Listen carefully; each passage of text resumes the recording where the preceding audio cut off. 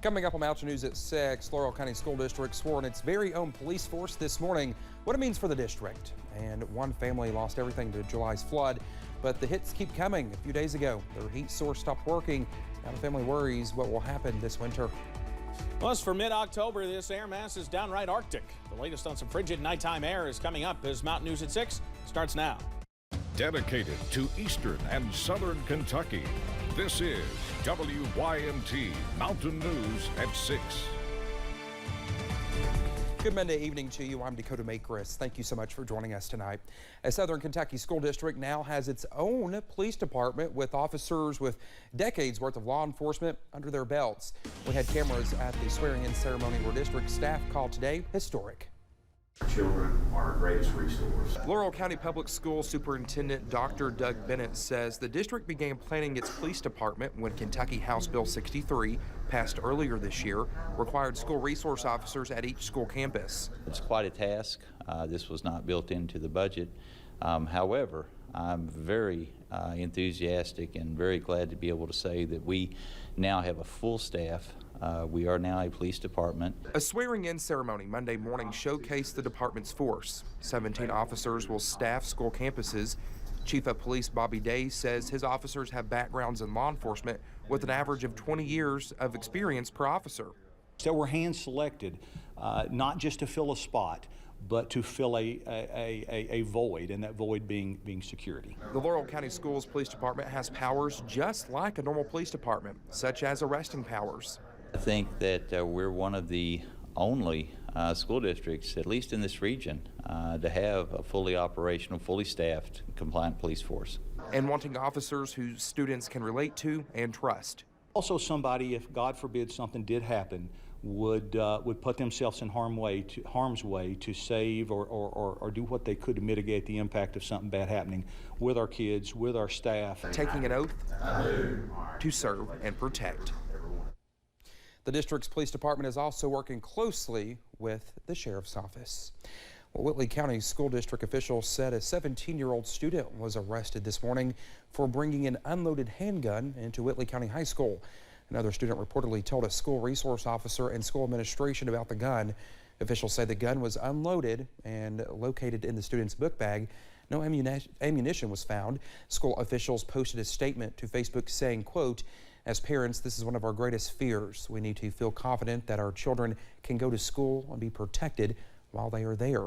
Please discuss this incident with your children and emphasize that it is against the law to bring weapons of any type to school. Also, please emphasize the importance of telling a school staff member if a weapon is suspected of being at school," end quote. The district has set up a tip line on its webpage where reports can be made.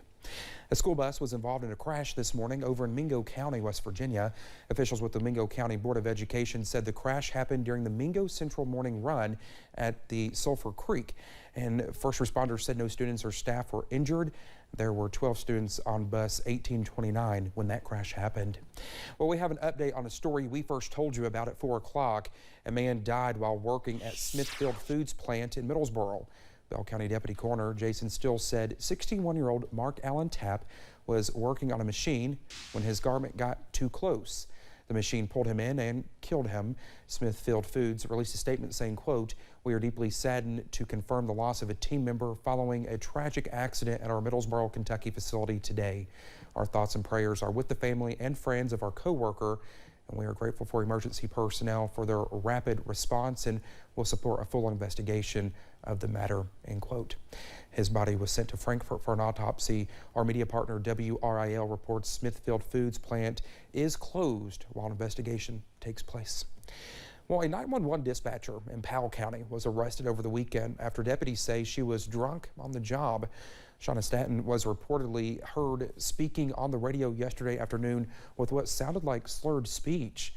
A deputy who heard her, so he went to the dispatch center to check it out. The deputy said when he got there, Stanton had severe slurred speech, had a glazed over look, and smelled of alcohol. Well, she reportedly failed a sobriety test and was arrested on charges of alcohol intoxication in a public place and official misconduct. An arrest citation revealed Stanton had a blood alcohol level of .193. That is more than 2 times the legal limit. The Kentucky Blood Center is in need of donors, but this time they say the situation is urgent. Officials tell us blood transfusions are up 18% in recent months and are currently on a one-day supply. Garrett Weimer and photojournalist Darnell Crenshaw spoke to a frequent blood donor who wonders if Central Kentucky had a major catastrophe today. Is our blood supply in adequate shape to help? Trauma season. It's usually those summer months where medical professionals see an uptick in life-saving medical care. But trauma season seems to be carrying over into the fall months as blood transfusions in hospitals are on the uptick. In August, we were averaging about 216 transfusions a day. That's up to 260 at a time when we kind of hope to be coming down a little bit. Eric Lindsay is with the Kentucky Blood Center. He says the 18% increase in blood transfusions puts a strain on blood supply. They'd like to have a 3 to 4 day supply. But right now, it's down to a 1 day, in some cases, half a day supply. When we're only getting about 275 donors in the door per day and we're using up, if something happens overnight and we need 100 units of blood for one patient, that really puts us in a tough position. Just look at some of these empty shelves at the Kentucky Blood Center. The third section is full because it was blood that was imported.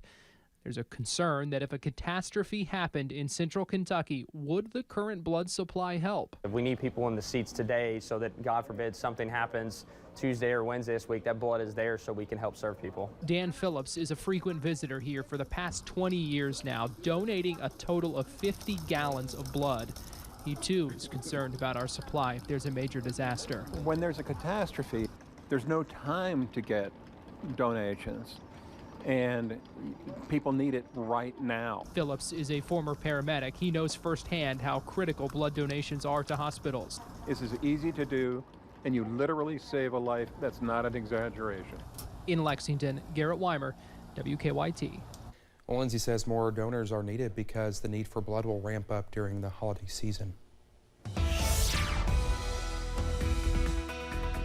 Some very cold air settling into the region as we head later on into tonight as we watch air from the northern tier up in the Great Lakes begin to move in. Freeze warning in effect for everybody through tomorrow morning at 10 o'clock. It's 9 o'clock Central, 10 o'clock Eastern. Of course, we don't have any Central Time counties, but everybody in the sound of my voice under the freeze warning until 10 o'clock tomorrow morning out there. And you see clear skies settling in outside the front door of WYMT. So as that sun sets, we're going to be able to get what amount of sunshine and energy from the sun today to escape out into space, and we cool down quick. Sun's already down in downtown Whitesburg at this hour, and we're less than 50 minutes from sundown out there. Satellite and radar, you see a few clouds in the bluegrass, but clear skies for us. That's what's going to help drop those temperatures tonight down into the low 30s and many spots into the upper 20s, even middle 20s in those isolated valleys. Coming up in a few minutes, the latest on when we could see a return to some warmer than average temperatures. That's in a few minutes. Dakota? All right. Thank you, Evan. Well, as many flood survivors are moving into travel trailers, some are running into issues adding to the stress of bouncing back from tragedy. Our Chandler Wilcox caught up with the flood survivor that is struggling to find stability in their new camper. A chilly breeze sweeps through Perry County Park as the daily temperatures continue to drop. Almost 3 months since the flood, survivors are still adjusting to new circumstances. It's just not home, it's just temporary. It's living somewhere that's meant to be a vacation for a weekend and trying to put a kid through school that way and create a life that way, and I just feeling stuck in the middle. Every night, Michelle and her son are reliving the disaster that destroyed their home. I lost everything. He lost everything. And all the stability we've ever known, I don't know how you ever recover from that, truly. Adding a broken heater in the mix with sleep struggles, it is hard for them to feel comfortable. The night before last, we spent the entire night with no heat working, and it's just not possible to continue to live this way. The trailers do not have a ramp, making it harder to get access for Michelle's cousin, who has to get around in a wheelchair.